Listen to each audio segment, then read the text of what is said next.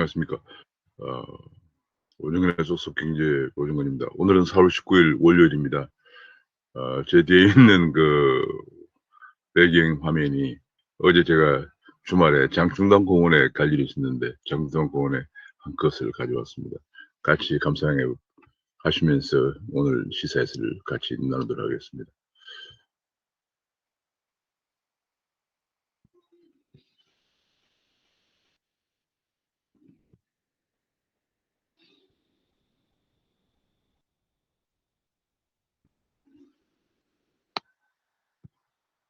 오정근의 속속 경제 귀에 쏙쏙 들어가도록 쉽게 쓰여드리는 명품 시사회 4월 19일 아침 시작하겠습니다.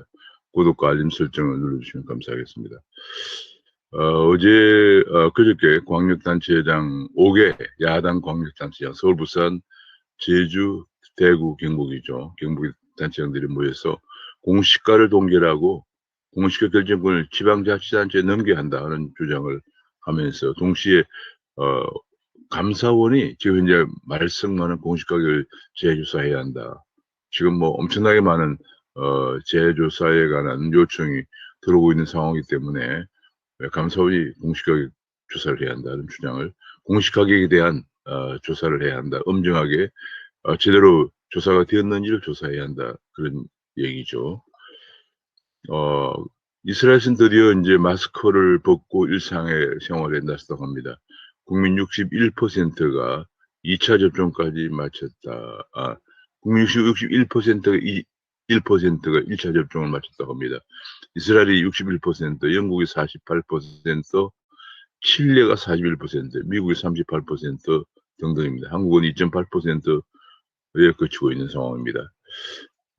그래서 미국의 상황을 보면은 미국의 그 조선일보 뉴욕 특파원의 경우에 백신이 넘쳐서 뉴욕 특파원은 물론이고 같이 간 남편까지도 접종해 주면서 2차 접종은 5월 8일이니까 예약 필요 없이 그냥 오라는 그런 얘기를 들으면서 합니다. 서울의 70대 부모님 아직도 맞지 못하고 있는데 미국은 이렇게 1년 만에 딴 세상을 되었다는 얘기를 보도하고 있습니다. 그런가 하면 미국과 세르비아, 몰디브 등에서 백신을 줄 테니까 여행을 오라는 백신 관광이 잇따라 출시되고 있다. 그런 얘기들이 나왔습니다. 미국 알래스카에서 6월 1일부터 알래스카 내 앵커리지, 주노, 켈치칸, 페어뱅스 공항 등 4개 공항에 입출국하는 관광객에게 백신을 무료 접종하겠다고 발표했다고 합니다.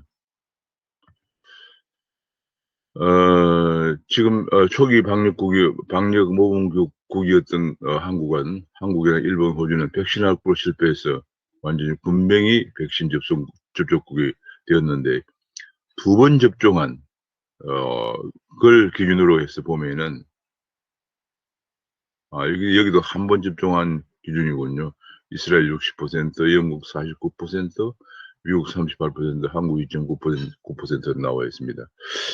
그래서 이것을 왜 이렇게 됐느냐 하는 문제가 딱 방심하다 성구매를 놓치고 면책을 없는 공무원들은 소극적으로 대응하기 때문에 그렇다, 그런 얘기입니다. 저는 이외에도 상당 부분이 지금 현재 문재인 정부에서 중요 직책을 맡고 있는 사람들이 캠코드 인사라고 그래서 사실상 담당 능력이 없는 사람들이 대거 들어와 앉아 있기 때문에 이것도 가장 큰 원인 중에 하나라고 생각합니다. 대외 교섭력이라든지 이런 것들 전혀, 글로벌 네트워크나 이런 것들 전혀 되어 있지 않는 그런 상태이기 때문에 백신을 구하지 못하고 있는 것이 아닌가 싶습니다.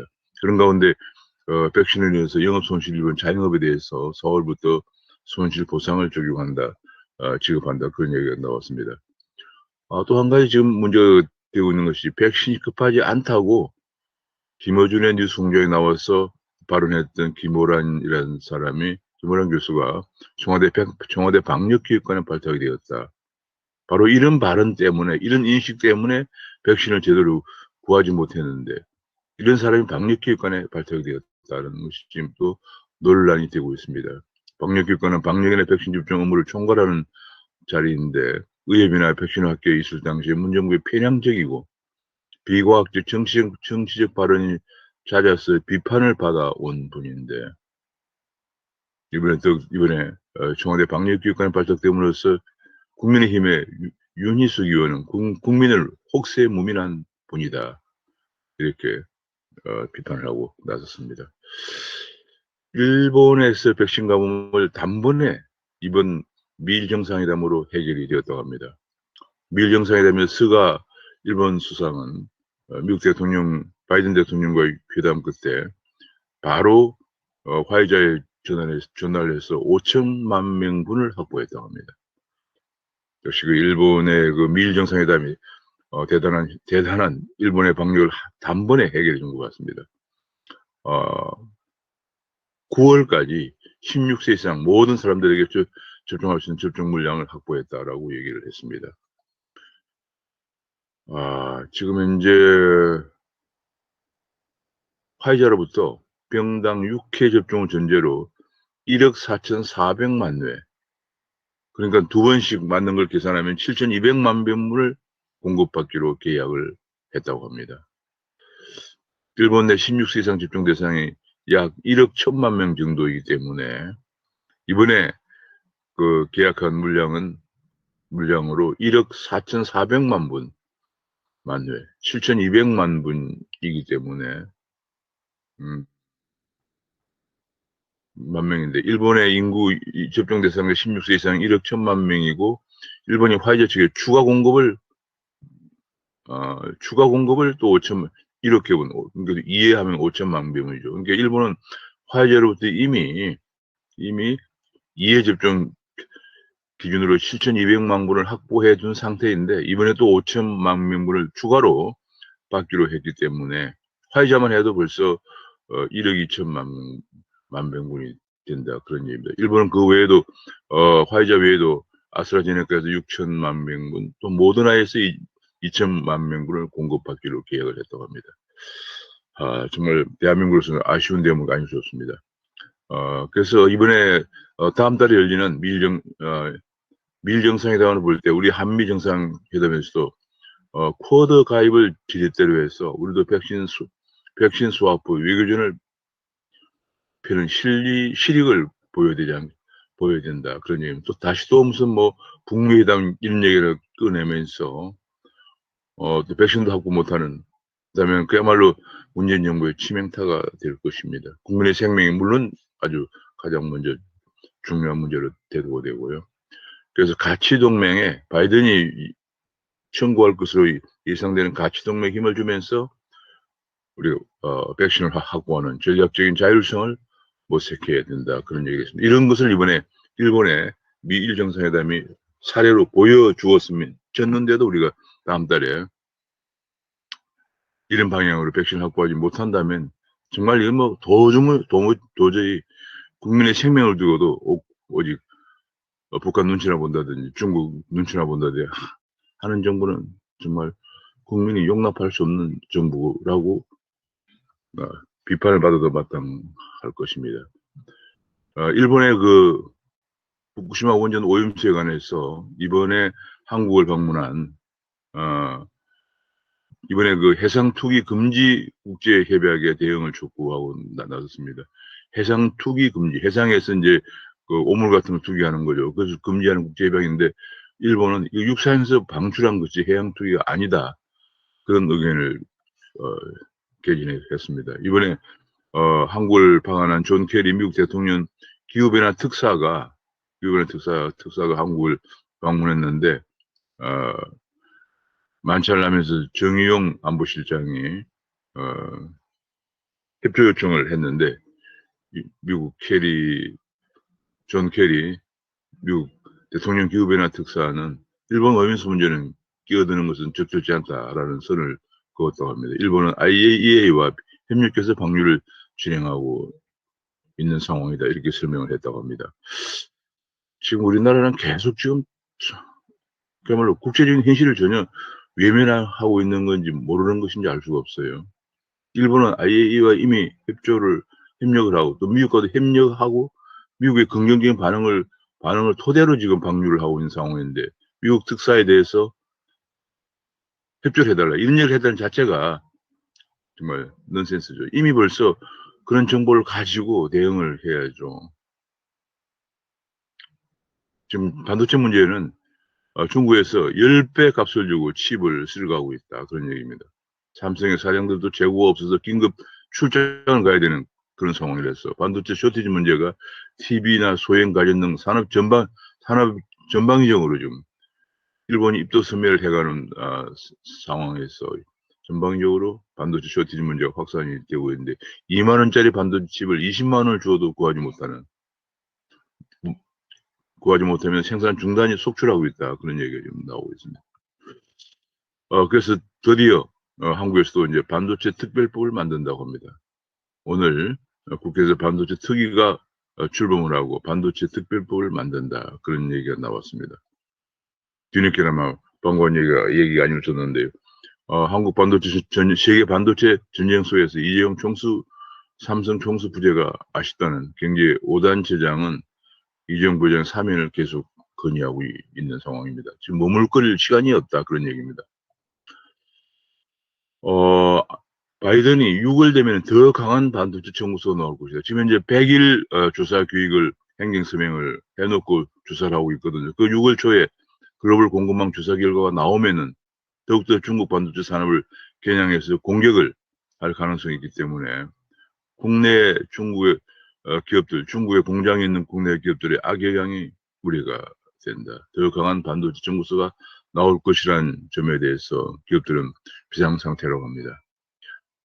지금 이제 얼마 전에 미국 뉴욕 증시에 상장을 해서 그야말로 기염을 토했던 100조 원의 시총을 기업 가치를 자랑하면서 삼성전자 다음으로 인력 크게 도약한 쿠팡에 대해서 지금 공정위에서 미국 국적이지만 김범석 의장을 총수로 지정한다는 논란이 다시 제기되고 있습니다.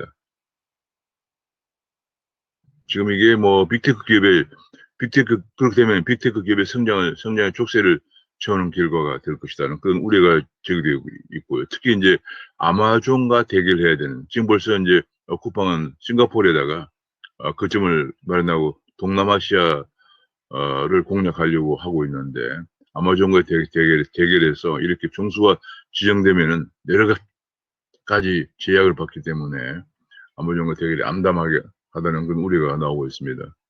그렇게 되면 이제 총수가 되면은 쿠팡의 총수가 되면 국감도 받아야 하고 여러 가지 제재를 받기 때문에, 특히 총수가 되면은 지금 대기업 집단으로만 기업이 지정받는 것과 개인이 총수를 받는 경우는 개인이 모든 책임을 지게 되기 때문에 경우에 따라서는 이재용 부장도 그런 총수로서 문제가 있다고 그래서 지금 구속이 되어 있는 상태죠. 그래서 굉장히 지금 그야말로 클릭하는 우리나라 플랫폼 기업에 대해서 또 족쇄를 채워야 되느냐 그런 얘기인데, 노조나 시민단체의 압박으로 총수 없는 대기업으로 지정하려다가 지금 그것을 번복하려고 하는 그런 움직임이 있다. 그런 보도가 나와서 안타깝습니다.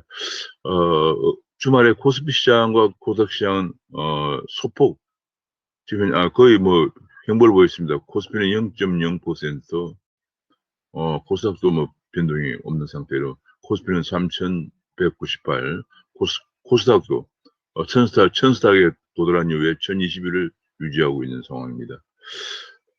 개인들의 그 아마 기업 실적 발표가 되고 있는 중에 개인들이 순매수를 계속 하고 있다. 그런 얘기입니다.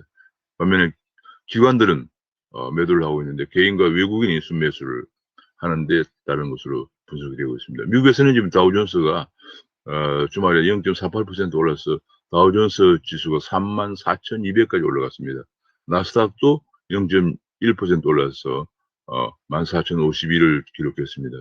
미국의 경기 회복이 될 것이다 하는 전망이 계속 이제 미국 경기 회복이 예상보다 빠르게 되고 있다는 그런 전망들이 나오면서 미국 주가가 올라가고 있습니다. 이번 비트코인에서 한국에서 비트코인이 지금 7,200만 원 밑에까지 떨어졌다가 지금 현재 올라서 다시 반등을 해서 7,600, 지금 오늘 아침에 7,654만 2천 원을 기록하고 있습니다. 한때 고가로 지금 8,100만 원까지 올라갔습니다만은 어제 지금 이제 7,200만 원대까지 떨어졌다가 다시 7,600만 원대까지 올라가 있는 상황입니다. 비트코인 가격이 이렇게 떨어진 것은 미국에서 비트코인 가격이 하락한 데 따른 것이 하락한 원인이 가장 큰 건데요. 미국에서 지금 미국 재무부에 그 암호화폐들의 자금 세탁 방지를 어기고 있는지를 조사를 할 것이다 하는 그런 소문이 나돌면서 미국의 비트코인 가격이 하락했다고 합니다. 이더리움도 지금 현재 303만 원을 기록하고 있는데요. 한때 20만 원까지 갔다가 어제 270만 원대까지 떨어졌다가 다시 303만 원까지 올라가 있는 상황입니다. 이것도 마찬가지로 미국의 그 암호화폐 자금 세탁 방지 위반에 관해서 조사가 나오는 소문 때문에 미국의 암호화폐 가격이 떨어지면서 이런 현상을 한국에서도 동시에 하락했다가 다시 반등하는 그런 모습을 보이고 있습니다. 지금 현재 미국의 비트코인 가격이 56,000달러까지 떨어졌습니다. 한때 63,000까지 올라갔습니다만은 56,000달러까지 떨어졌는데 다시 조금 올라가고 있는, 반등하고 있는 그런 모습을 보이고 있습니다. 이더리움도 지금 마찬가지로 조금 떨어지고 있다가 다시 올라가는 그런 모습을 보이고 있는데, 반대로 지금 도지코인이 지금 급등하고 있는 모습입니다. 도지코인이 이게 굉장히 좀 우스꽝스러운, 한마디로 도지코인이라고 하는 것이 문자가 도그죠, 도그. 도그를 이제 도지라고 부르는데 애칭인데 도저인 이 도지코인이 그야말로 도구라고 할 정도로 분당 그냥 10,000개 정도를 채굴할 정도로 아주 쉽게 만들어서 그야말로 처음에 이 도지코인을 설계한 사람이 장난삼아 한번 만들어 본 것이다 뭐 그런 얘기입니다. 그러니까 코인의 흥미를 갖고 있는 사람들이 재미있게 하기 위해서 만들었는데 이 코인에 돈이 몰리면서 최근에 이제 그 테슬라의 일론 머스크가 여기에 관심을 갖는다는 그런 보도가 나가면서 이렇게 급등을 하고 있다고 합니다. 비트코인 차트를 보면은 그래서 제가 앞서 말씀드린 것처럼 쭉 올랐다가 쭉 반등하면서 또 심리적 저항선을 만나면 또 떨어졌다가 또 올라갔다가 또 떨어졌다 이런 추세를 반복하면서 쭉 올라왔었는데 6만 3천까지 올라왔다가 지금 어제 그 재무부가 비트코인의 암호화폐에 자금 세탁 방지 의무 위반 조사를 한다는 그런 소문에 떨어지고 있는 그런 상황입니다. 가상화폐 그런 가운데 한국에서 가상화폐 거래가 하루에 24조가 거래된다고 합니다. 24조라고 하는 것은 유가증권 시장, 코스피 시장에서 시장의 하루 거래가 9조 4천억, 코스닥 시장이 9조 7천억이라서 합해서 19조 원 정도, 유가증권 시장, 코스닥 시장을 합한 거래액 19조보다 훨씬 많은 거래가 이루어지고 있는 상황입니다. 그런 가운데 어제 한국에서 도지코인의 거래량도 크게 증가했다고 합니다. 어제 하루 거래 24조 중에서 도지코인 거래가 17조 원 정도 되었다고 합니다. 그러니까 지금 우리나라 특히 2030 세대들이 굉장히 많이 이제 투자하고 있는데 그야말로 돈만 된다고 하는 소문이 들리면 무조건 지금 투자하는 그런 상당히 위험한 투자를 하고 있는 모습을 보이고 있습니다. 코인 거래액이 주식을 넘었는데 법망은 아직까지도 구멍이 숭숭하다. 그 얘기는 한국은 지금 현재 이 암호화폐 또는 가상화폐라고도 불립니다만 암호화폐에 관해서 실체를 인정하지 않고 있기 때문에 지금 것이 제대로 된 법망을 가질 수가 없습니다. 지금 특검법이라도 암호화폐 거래소를 가상자산 거래소를 규제하는 법이 시행되고 있습니다만은 그러나 그건 어디까지나 거래소를 걸어내기 위한 그런 법이지 이 코인 자체에 관해서 여러 가지 규제라든지 이런 것들을 하지 못하고 있는 이유가 코인 자체를 인정하지 않고 있기 때문에 실체를 인정하지 않고 있기 때문에 법망에 좀 구멍이 숭숭 눌리고 있는 그런 상황입니다. 지금 이제 도지코인에 관해서 여기서는 멍멍코인이라고 이름을 또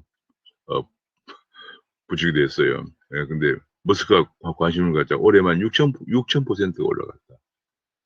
이런 얘기가 나왔습니다. 지금 이게 뭐 굉장히 지금 1센트, 1달러도 안 되던 0.47센트였던 것이 지금 현재 28센트까지 올라갔다. 그런 얘기니까 0.47센트에서 28센트니까 올해만 60배 그러니까 6,000%, 60배가 올라갔다. 그런 얘기입니다. 정부에서 뭐 특별한 대책 없이 이거 지금 구경만 하고 있는, 손 놓고 있는 그런 상태다. 그러면서 금감원은 은행들에게 가상화폐 대금을 해외로 송금하는 것에 대해서 감시를 강화하라 하는 지시를 했다고 합니다. 그러니까 어떻게 보면 이게 그런 거래에 관해서 이런 차익, 해외 송금 의심 거래, 의심 사례가 급증하는 데에서 은행에다 책임을 떠넘기는 그런 조치라고도 볼 수 있겠습니다. 전기차가 지금 전기차 보조금, 전기차는 보통 전기차 가격의 한 4분의 1 정도를 보조를 하고 있습니다. 예컨대 한 대당 약 1200, 1300만 원 정도 보조를 주고 있는데, 이 보조를 주고 있는 지방자치단체 보조금이 이미 절반 이상 소진되어 있기 때문에 지금 사전계약도 받지 못하는 그런 상황까지 이르렀다, 그런 얘기입니다. 그래서 지금 현재 한국에서 주목받고 있는 전기차 아이오닉 5라든지 EV6가 전기차 보조금을 받지 못하는 사태가 올 수도 있다는 보도가 나왔습니다. 기업의 74%가 2050 탄소 중립을 시행을 하면은, 2050년에 탄소 중립을 시행할 때는 경쟁력이 약화될 것이라는 우려를 표명하고 있다고 합니다. 문정부의 마지막 최저임금위가 인선부터 지금 현재 근로자위원 8명을 놓고 한도총과 민노총 간에 힘겨루기를 하고 있다, 그런 얘기가 나왔습니다. 그리고 갱년기에서는 동결을 해야 된다. 지금 경기 상황이 너무 어렵기 때문에 동결해야 된다고 하는데, 노동계에서는 1만 원까지 올려야 된다. 지금 현재 최저임금은 시간당 8,720원입니다. 가장 문제가 됐던 게 2018년에 문재인 정부 출범하자마자 바로 16.4% 급등을 시키면서 지금 자영업이나 뭐 여러 소기업들이 부도가 나는 문제가 발생을 하고요. 지금 기업마다 소기업이나 자영업에서는 종업원을 많이 해고해서 채용하지 않는 그런 사태가 발생을 하면서 지금 전부 청년들이 일자리를 잃고 있는 그런 상황인데, 지금 금년에 8,720원의 최저임금을 내년에 1만 원까지 올려달라, 그런 노동계의 주장이 나오고 있는 상황이라고 합니다. 그런 가운데 사무직도 노조를 설립하면서 임금 불공정 문제에 관해서 사무직 노조를 설립하고 임금체계 개편에 불을 붙이고 있다, 그런 얘기가 나오고 있고요. 또 반면에 고졸 인력이 사라지고 있다. 지금 현재 고졸 인력 같은 경우 특성화고 출신들이 많이 기업에 진출했는데, 특성화고 출신들의 그 취업 비율이 2017년 50%에서 지금 현재 작년에 28%까지 떨어지고요. 대신 진학률이 2017년 32%에서 42.5%까지 올라가면서 특성화고 출신들도 거의 절반 정도가 대학을 가고 있다. 직장을 선택하지 않고 대학을 가고 있다. 그러면서 지금 고졸 채용자 90%가 중도 퇴사하고 대학으로 가거나, 그러면서 중소기업에서 부족한 인력이 60만 명이 넘는다. 지금 우리나라의 이 노동시장에서 일자리도 급감하고 있지만 그나마 있는 일자리에 인력의 미스매치 현상이 이렇게 심각합니다. 그러니까 고졸 인력을 써야 할 자리가 60만 명의 일자리가 부족하니까 대부분 다 외국 인력들이 들어와 있는 상황이죠. 반면에 우리 청년들은 거의 3분의 1 정도 일자리가 없어서 놀고 있는 그런 상황입니다. 일자리 미스매치 문제가 굉장히 심각한데, 그 기반에는, 배경에는 가장 큰 원인을 작용하는 것이 과도한 선진국의 거의 2배가 되는 고등학교 졸업생들의 대학 진학률, 거의 우리나라 한 80% 정도 되죠. 독일 같은 데도 한 40%밖에 안 돼. 독일, 영국이나 같은 데도. 그러니까 너무 그 일자리 미스매치 현상이 굉장히 심각하다, 그런 취재 보도가 나왔습니다. 한국의 시티은행이 소매금융 철수하면서 국내 금융시장에 파장이 예상되는데, 결과적으로 지금 현재 이것이 국내 많은 규제도 있고요. 두 번째로는 가장 또 한 가지 중요한 변수가 디지털 전환이 가속화되면서 불가불 구조조정할 수밖에 없는 그런 상황이라는 지적이 아주 유의미한 지적이 나오고 있습니다. 지금 현재 뭐 핀테크나 테크핀 시대인데, IT 기업들의 대거 금융에 진출하는 핀테크나 테크핀 시대인데, 은행들은 디지털라이제이션을 어디까지 해야 되느냐 하는 그런 문제가 있고, 최근에는 한국에서는 5개 금융지주 회장들이 금융지주한테도 인터넷 뱅킹을 허용해달라는 그런 건의를 한 하고 있는 상황입니다.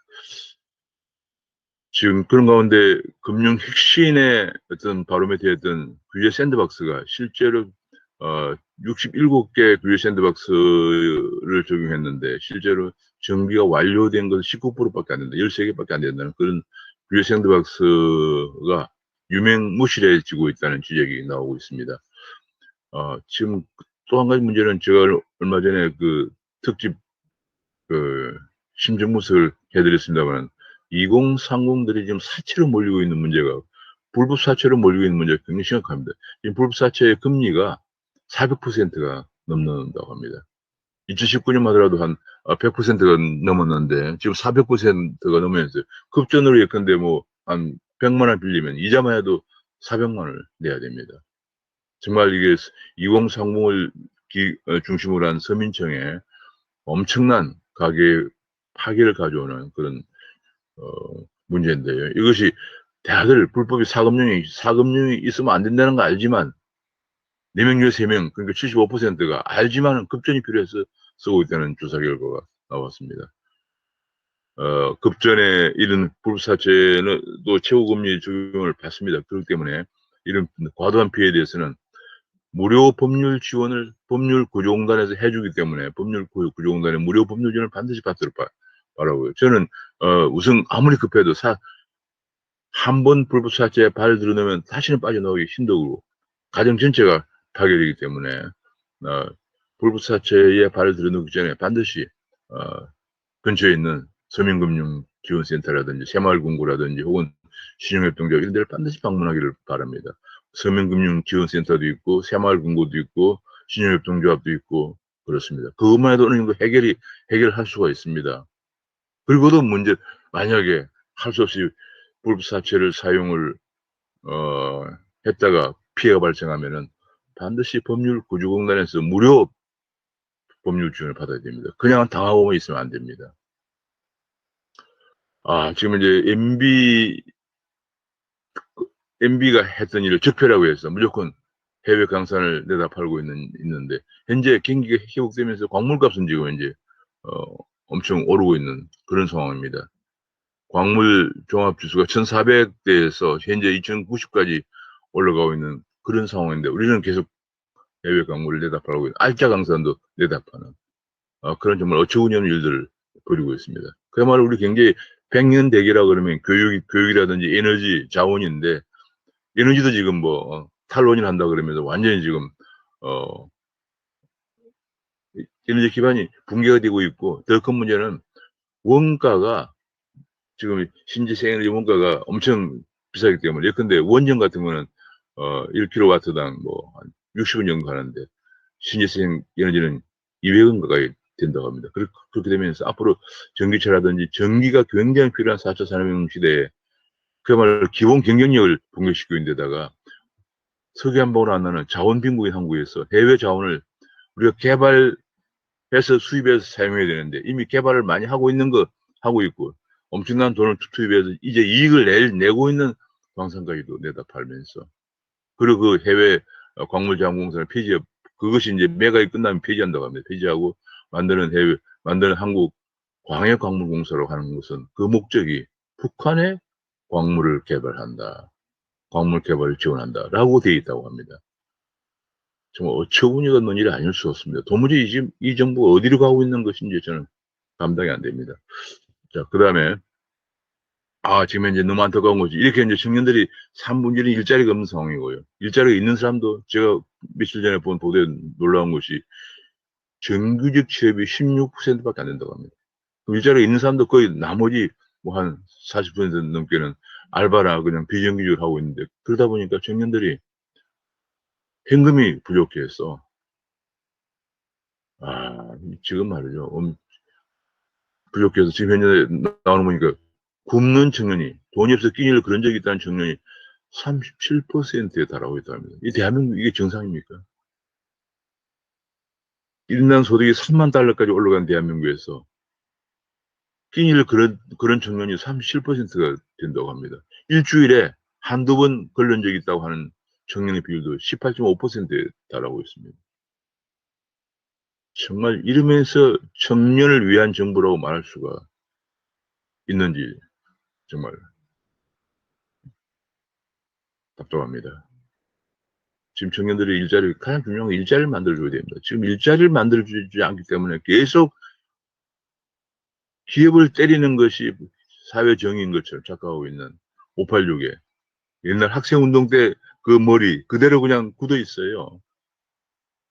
그런 것 때문에 결국은 이런 청년들의 일자리는 거의 3분의 1이었고, 나머지도 한 40%는 비정규직이나 알바를 하고 있고, 그러다 보니까 일주일에 식사를 한두 번은 걸른 적이 있다고 하는 청년들이 18.5%나 되는 대한민국.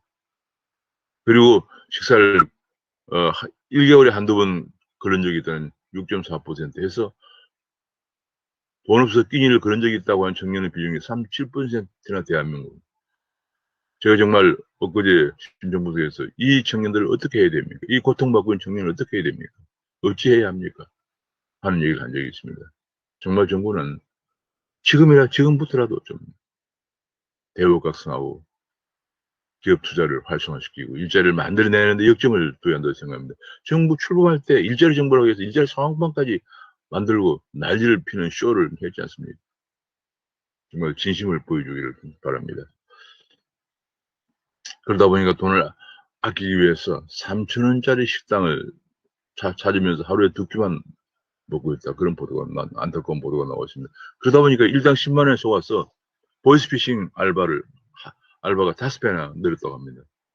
이게 범죄인 줄 알지만은 끼니를 그런 속에서 일당 10만 원에 보이스피싱 알바를 하고 있다. 그런 보도가 나왔습니다.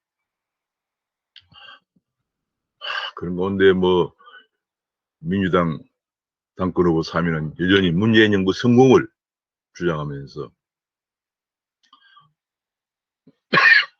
지난번 서울 부산시장 선거에서 참패하자 선거 참패하자 며칠 반짝 나왔던 쇄신론은 다 묻히다 하는 그런 안타까운 얘기가 나오고 있습니다. 자, 정말 이거 새로 출발한 원내 지도부는 청와대 출장소다. 원내 수석, 비서실장 등 세 멤버들 모두 5명 중 3명이 문정부 보좌진 출신이다. 이러니까 지금 뭐냐면 우리가 행정부와 입법부가 분립이 됐다고 말할 수가 없는 거죠. 서로 견제와 균형을 하는 게 상권분립의 원칙이고, 그 상권분립이 자유민주주의의 핵심 기반인데, 핵심 기반이 완전히 붕괴되고 있는 거죠. 또다시 개돼지나 가봉기가 안 되려면은 우리 국민들이 눈을 부릅뜨고 내년 대선에서 선거 때만 되면 아름다운 말을 하고 사과한다 하다가 선거 끝나면 안면 몰수하는 데 대해서 우리가 국민들이 심판을 해야 한다는 그런 지적이 아침 뉴스에 떴습니다. 정말 여러 가지로 안타까운 뉴스들이 굉장히 많은 것이 항상 제가 시사에서 하다 보면 너무 그런 뉴스들이 많습니다. 가장 지금 국민의 생명과 직결된 백신 문제에 관해서 이번에 6월 달에 개최될 다음 달에 5월 달이군요. 개최될 한미 정상회담에서 물꼬를 반드시 트여야 되고, 여기에다 또다시 무슨 미국 정상회담이라든지 이런 얘기를 꺼내면서 이번 일본의 스가처럼 단방에 해결해 오지 못하면은 정말 문정부는 국민의 생명을 중하게 여기는 정부가 아니라는 비판을 받아도 할 말이 없을 것입니다. 정말 현실을 좀 직시하고, 도대체가 37% 청년들이 돈이 없어 끼니를 그런다. 하루에 2끼를 먹는다. 3,000원 이하짜리, 심지어는 그 상하기 직전에 반값 할인하는 음식을 찾아다닌다는 이런 얘기가 지금 언론에 보도가 되고 있는 안타까운 우리 현실에 대해서 좀 직시해 주시기를 바라면서 아침 시사회를 마치겠습니다. 감사합니다.